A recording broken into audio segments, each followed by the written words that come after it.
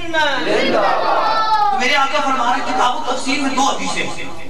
ترمذی شریف کی کتاب و تفسیر میں 2 حدیثیں، ایک میں لفظ یہ ہے کہ علمت ما فی السماوات و ما فی الارض، جو کچھ زمین و آسمان میں تھا اللہ نے ہر چیز کا مجھے علم عطا فرمایا، ہر چیز کا علم عطا فرمایا۔ اور ایک میں الفاظ یہ ہے کہ عرفت، میں نے جان لی، ہر چیز کو جان لی، فتجلی لی کل شیء فعرفت، ہر چیز میرے اوپر روشن ہو گئی، میں نے ہر چیز کو پہچانا۔ تو اللہ نے ہر چیز کا علم عطا فرمایا، ہر چیز کا سرکار کو علم عطا فرمایا۔ بخاری شریف کی حدیث بات، میرے آقا ارشاد فرماتے ہیں سرکار کی نگاہوں کا عالم کیا ہے؟ میرے آقا ارشاد فرماتے ہیں، حضرت عمر فاروق رضی اللہ تعالیٰ عنہ راوی فرماتے ہیں کہ سرکار علیہ السلام ایک دفعہ ہمارے درمیان کھڑے ہوئے، فاخبرنا عن بدء الخلق، مخلوق کی ابتدا سے بتانے لگے، اتنا بتایا حتی داخل اہل الجنت منازلہم وداخل اہل النار منازلہم، یہاں تک کہ جنتی جنت میں اپنے ٹھکانوں پر چلے گئے اور جہنمی جہنم میں اپنے ٹھکانوں پر پہنچے۔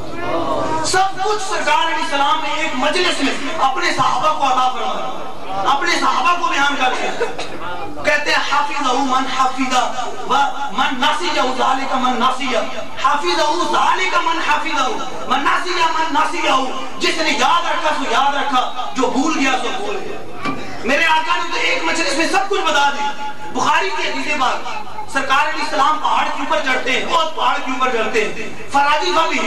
پہاڑ ہلنا شروع کر دیتا ہے، پہاڑ ہلنے لگتا ہے، پہاڑ جنبش کرنے لگتا ہے۔ میرے آقا نے ارشاد فرمایا اسقط احد،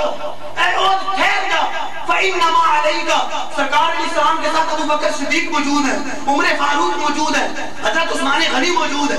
اب عمر فاروق اور عثمان غنی دونوں شہید ہیں، دونوں شہید ہیں۔ صدیق اکبر رضی اللہ تعالیٰ عنہ شہید نہیں ہوئی، لیکن عثمان غنی اور عمر فاروق بعد میں شہید ہوتے ہیں۔ میرے آقا احد پہاڑ سے ارشاد فرماتے ہیں فإنما علیک نبی وصدیق وشہیدان، اے پہاڑ ٹھہر جا، تیرے اوپر اللہ کا ایک نبی کھڑا ہے، تیرے اوپر صدیق موجود ہے اور تیرے اوپر 2 شہید موجود ہیں۔ تو نگاہ مصطفیٰ کے سامنے کوئی چیز پوشیدہ نہیں، کوئی چیز پوشیدہ نہیں کہ بعد میں شہید ہوتے ہیں، برسوں بعد شہید ہوتے ہیں، لیکن میرے آقا ابھی ارشاد فرما رہے ہیں کہ تیرے اوپر 2 شہید موجود ہیں۔ سراقہ کی مشہور حدیث سے پڑھا گیا کہ جب سرکار علیہ السلام نے مکہ سے مدینہ کی طرف ہجرت فرمائی تو کفار مکہ نے اعلان کر دیا کہ جو پکڑ کے لائے گا 100 اونٹ انعام کے طور پر ملے گا۔ سراقہ اونٹوں کی لالچ میں جاتا ہے، جب میرے آقا نے اس کے قریب پہنچتا ہے تو سرکار علیہ السلام زمین کو ارشاد فرماتے ہیں یا ارض خذی، اے زمین اس کو پکڑ، زمین پکڑ لیتی، زمین میں دھن سے آتا ہے، زمین پکڑ لیتی، فریاد کرتا ہے مجھے معاف فرما۔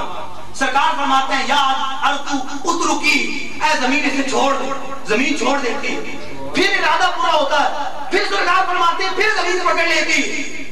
اور پھر فریاد کرتا ہے، پھر چھوڑ دیتی، پھر تیسری بار ایسا ہوتا ہے، بالآخر توبہ کرتے ہیں، اسلام کے دامن میں داخل ہو جاتے ہیں، اسلام کے دامن سے وابستہ ہو جاتے ہیں۔ تو میرے آقا ارشاد فرماتے ہیں اے سراقہ تمہارے ہاتھوں میں کس طرح کے کنگن دیکھ رہا ہوں،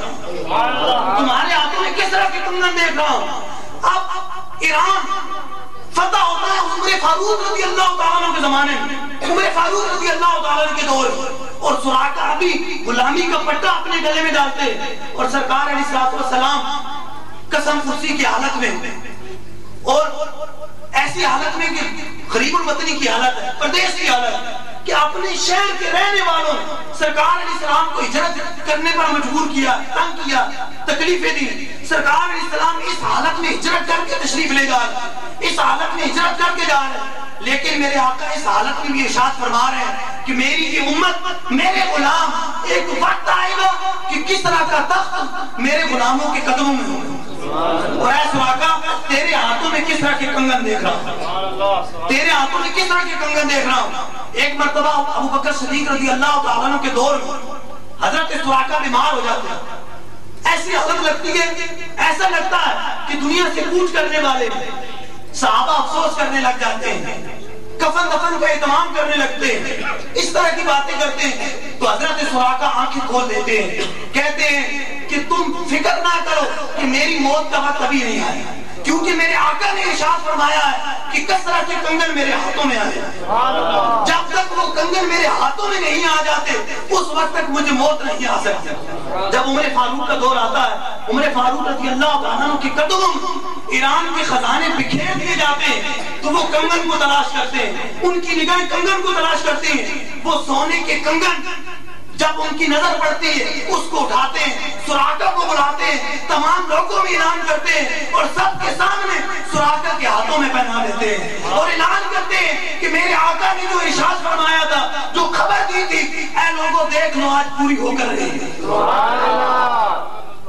سرکار علیہ السلام نے جو فرما دیا تھا وہ پورا ہو کر رہا، وہ پورا ہو گیا، کیونکہ سرکار علیہ السلام کی نگاہوں کے سامنے کوئی چیز پوشیدہ نہیں ہے۔ ترمذی کی حدیث بات میرے آقا ارشاد فرماتے ہیں انی ارا ما لا ترون اسمع ما لا تسمعون، میں وہ دیکھتا ہوں جو تم نہیں دیکھتے، میرے کان وہ سنتے ہیں جو تم نہیں سن سکتے، کہ میری آنکھوں کے سامنے تو کوئی چیز پوشیدہ ہی نہیں، میرے کان تو وہ سنتے ہیں